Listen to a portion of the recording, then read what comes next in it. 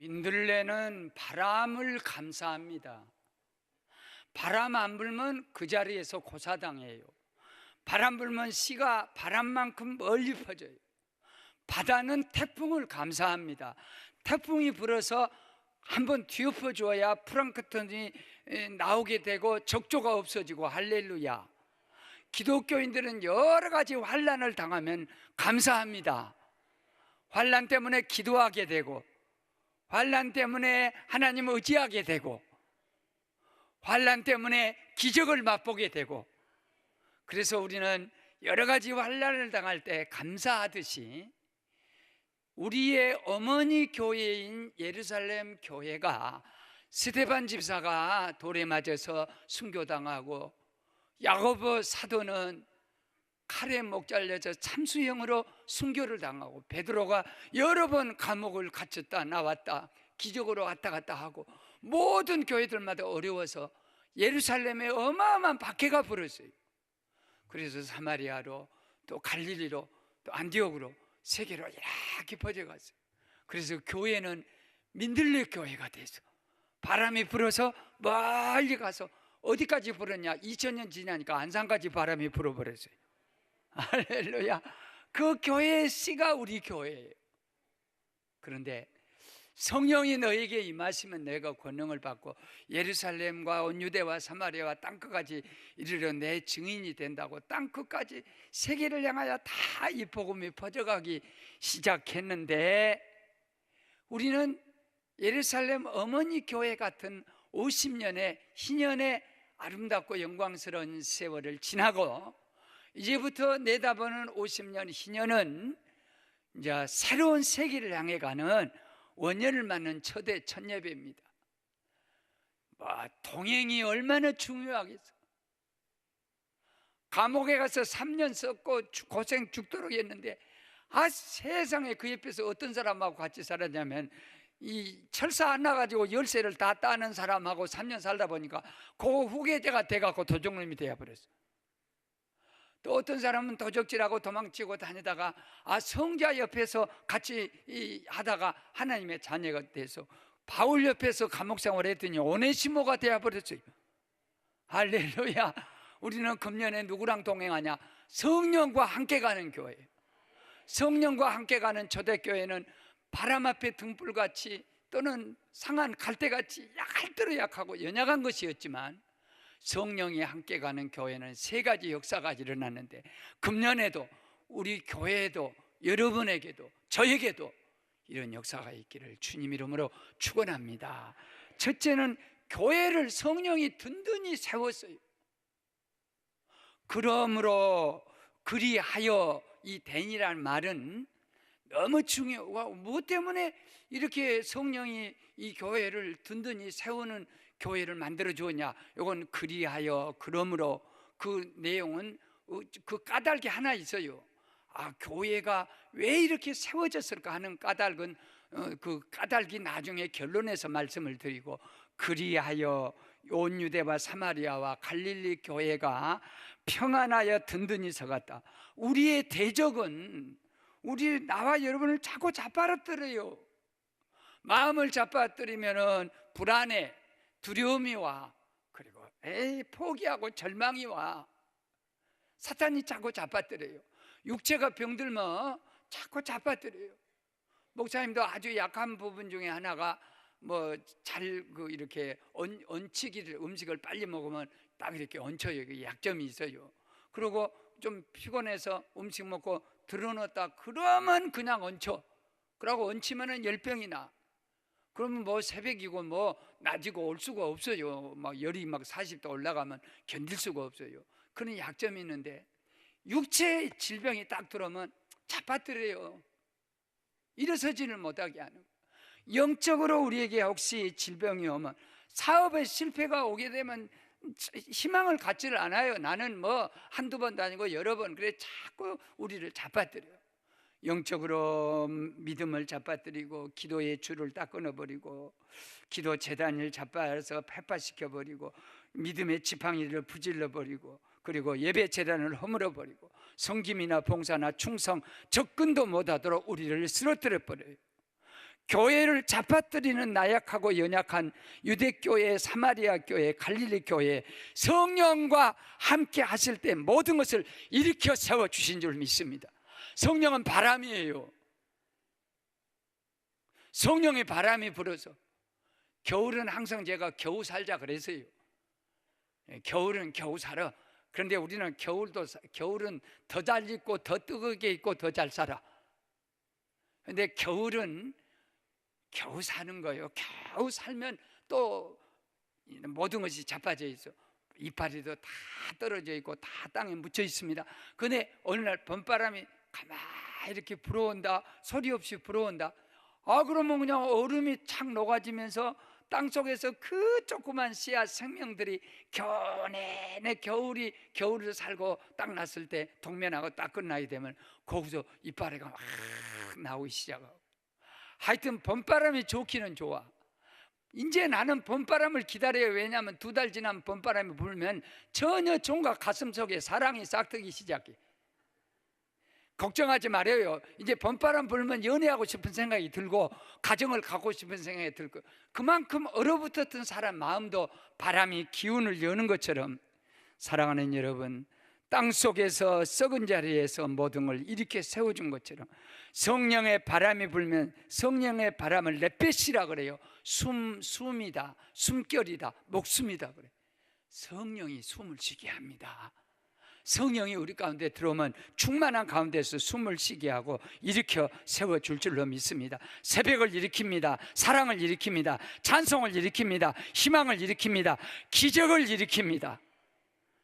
갈릴리 교회가 평안하여 든든히 세워지는 교회가 되었다. 로마서 14장 7절에 하나님의 나라, 하나님의 나라는 먹는 거 마시는 거. 우리는 어쨌든지 먹으려고, 어떻게 마시려고, 뭘 가져보려고 애를 쓰고 있어요. 그러나 하나님의 나라는 먹고 마시는 것이 아니다.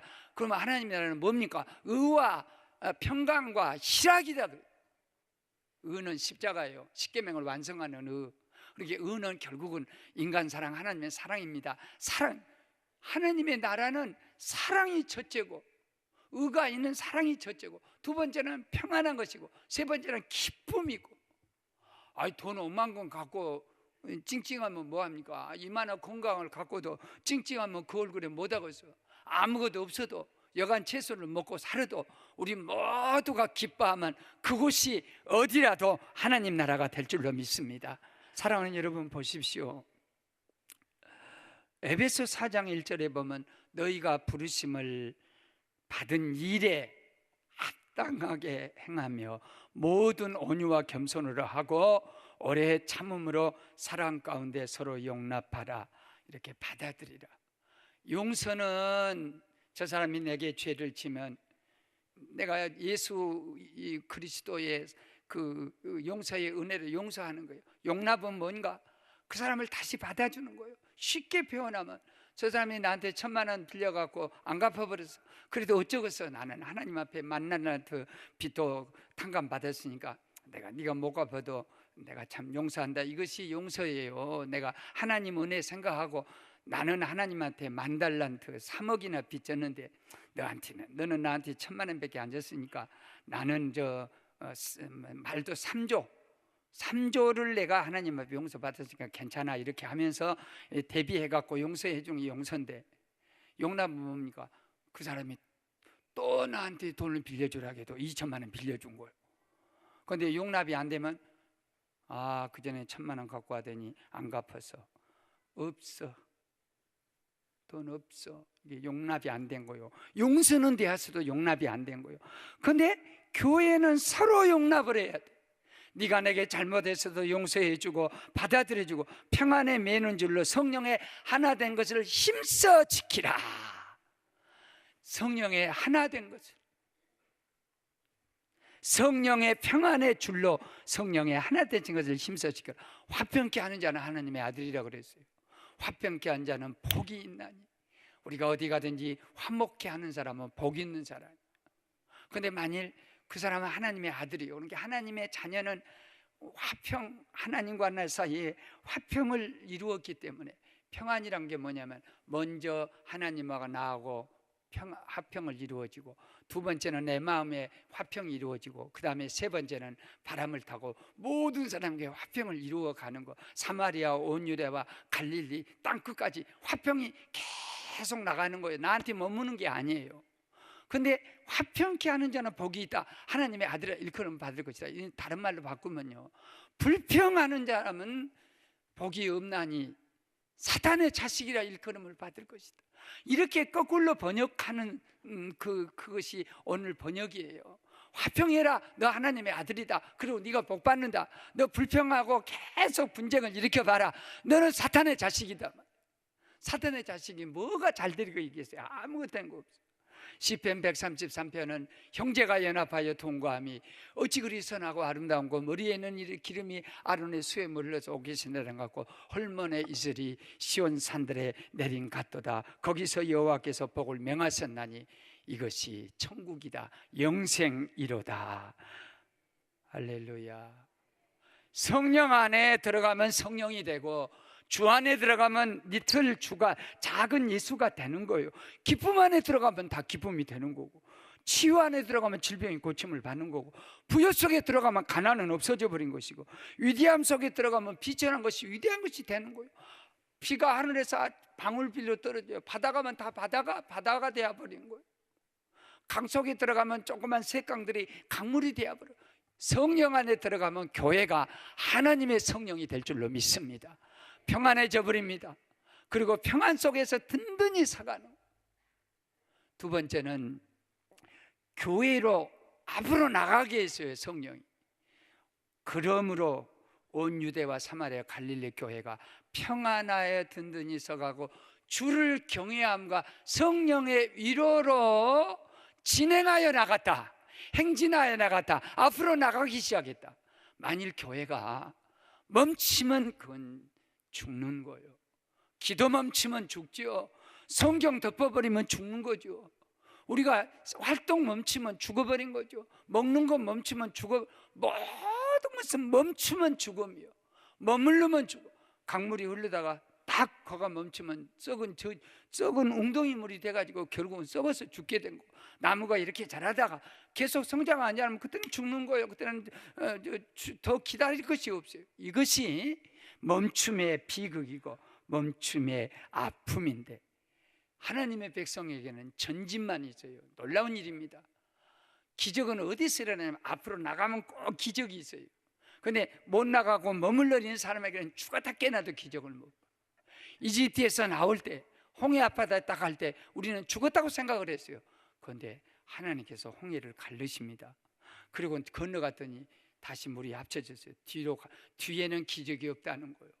뒤로 돌아오면 절대 기적이 없다는 거예요. 앞으로 나가니까 아멜렉 만나서 그것도 부서집니다. 뒤로 돌아오면 아멜렉 잔당한테 다 죽어요. 홍해 지나가면 다 물에 빠져 다 죽어요. 여리고성 무너뜨렸어요.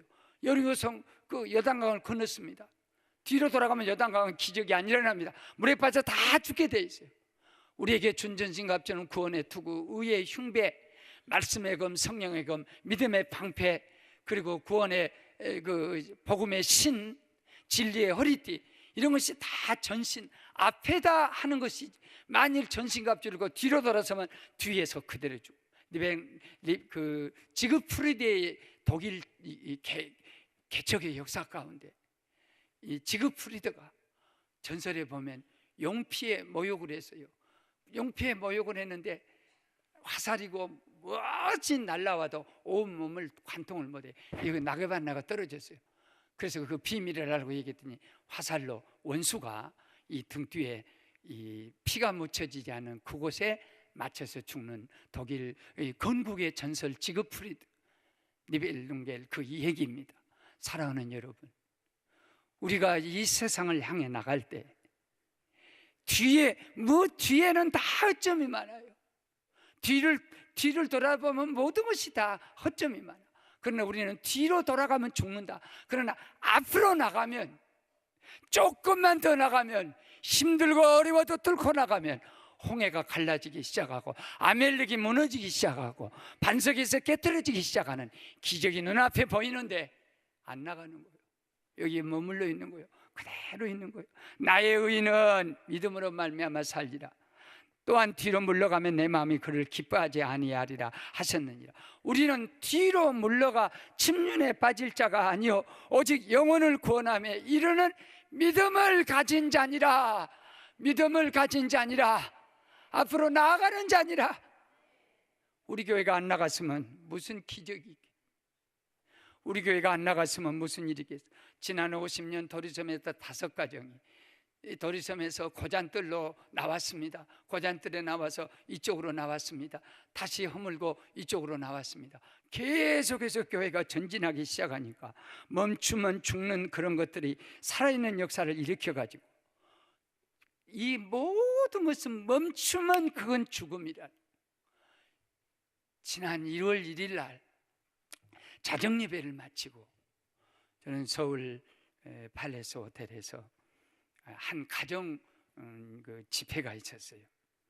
저 광양에 가면 그 시골의 광양교회에 김웅선 장로님이라고, 이 집안이 5대쯤 있는 집안인데 우리 장로 교단에서 제일 모범적인 가족이다 해서 총회가 10년 전에 그 표창을 해준 그 집안인데, 거기 있는 장로님 가정에서 저를 불러서 우리 가정 예배 고넬료 집같이 말씀을 좀 신년 말씀을 주십시오 그러면서 31년째 가족들이 다 모여서 1월 1일 날 우전에는 교회에서 예배를 드렸는데 교회가 좀 너무 저기 가정이 좀 드러난 것 같아서 좀 평안하게 호텔을 빌려가지고 컨벤센터에서 이렇게 가족 식구 모이는데, 얼마가 모이냐면 123명이 모이는데, 세상에 부모 할아버지 때부터 시작해서 아버지 김웅선 장로님이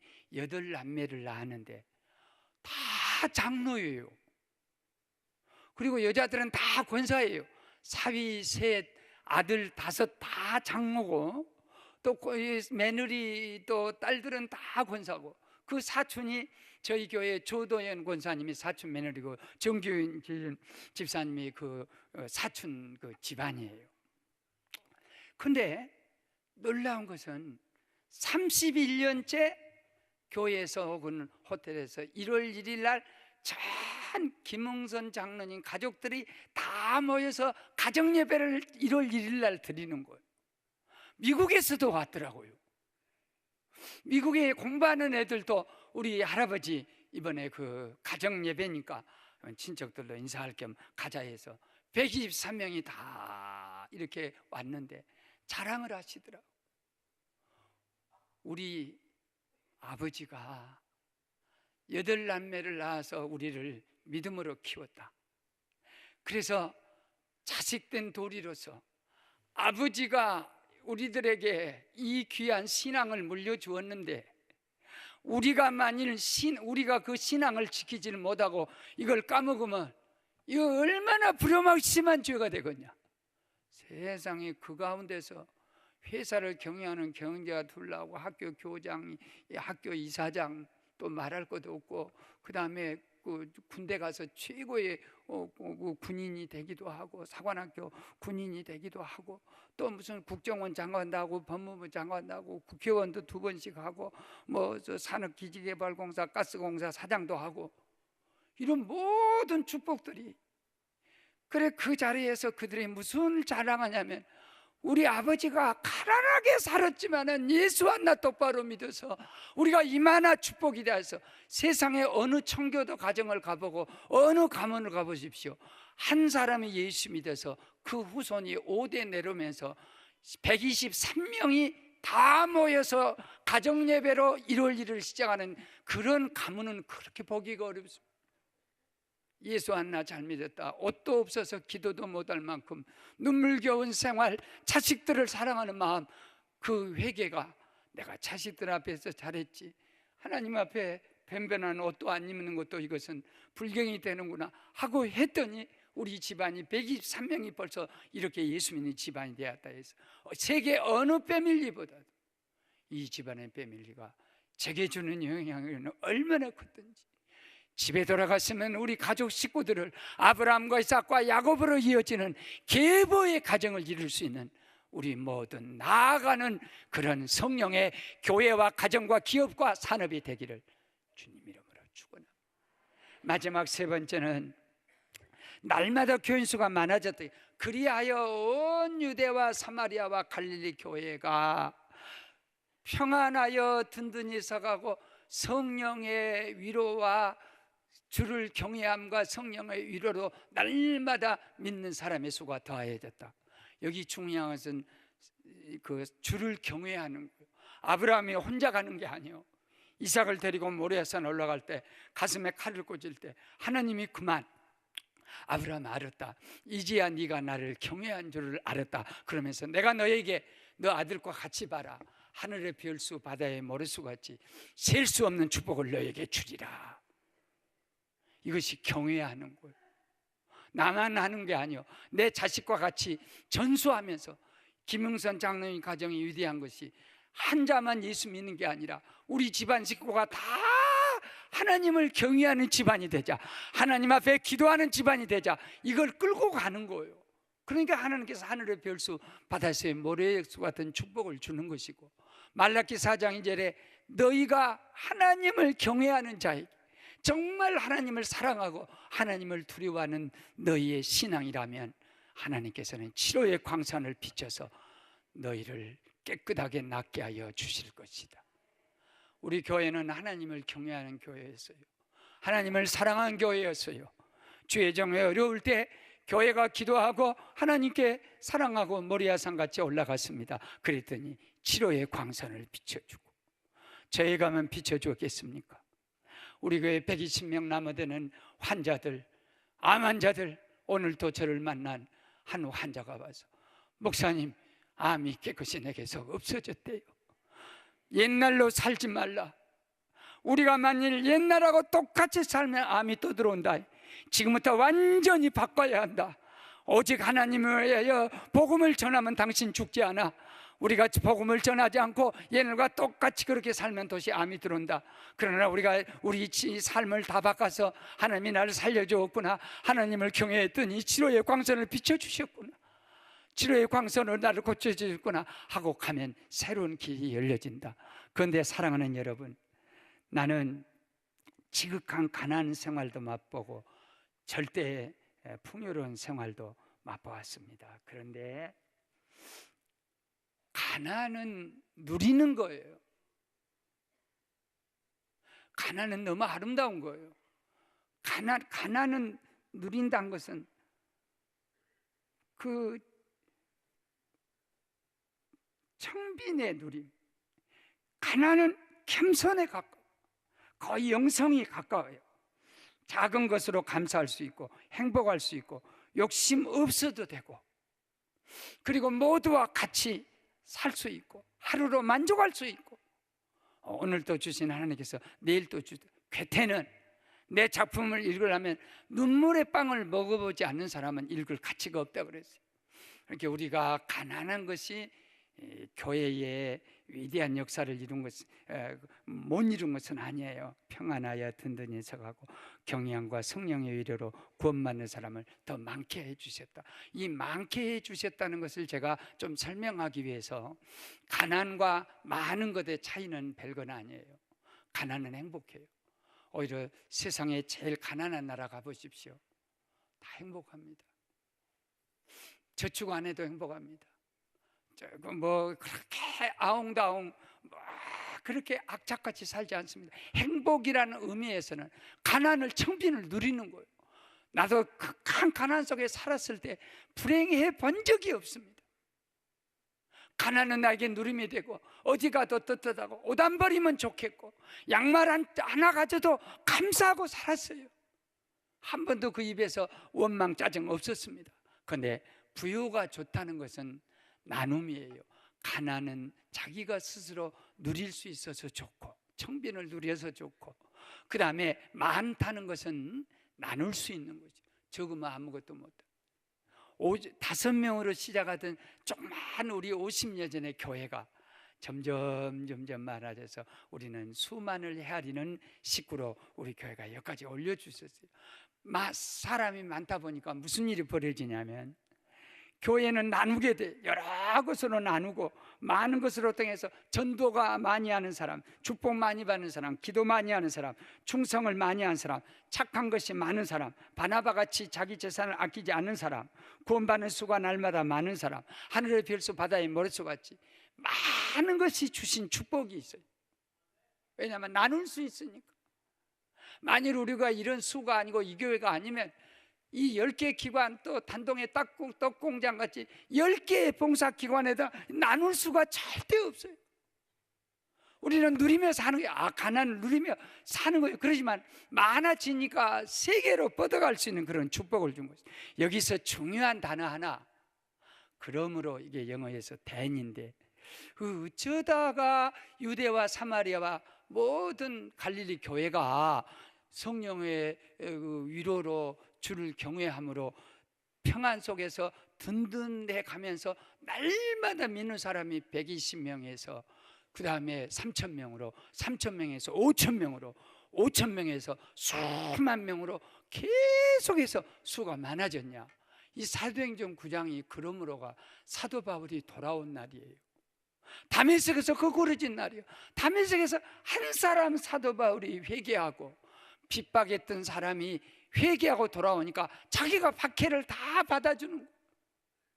한 사람이 변화됨으로 말미암아 예루살렘, 사마리아 모든 교회가 평안해지고 든든해지고 놀라운 전도 확장과 역사가 일어났습니다. 누군 줄 아십니까? 나 한 사람만 우리 교회에서 변화돼서 나 하나만 똑바로 성령으로 충만하기 시작하면 교회가 확 바꿔지는 거예요. 우리 집이 딱 바꿔지는 거예요.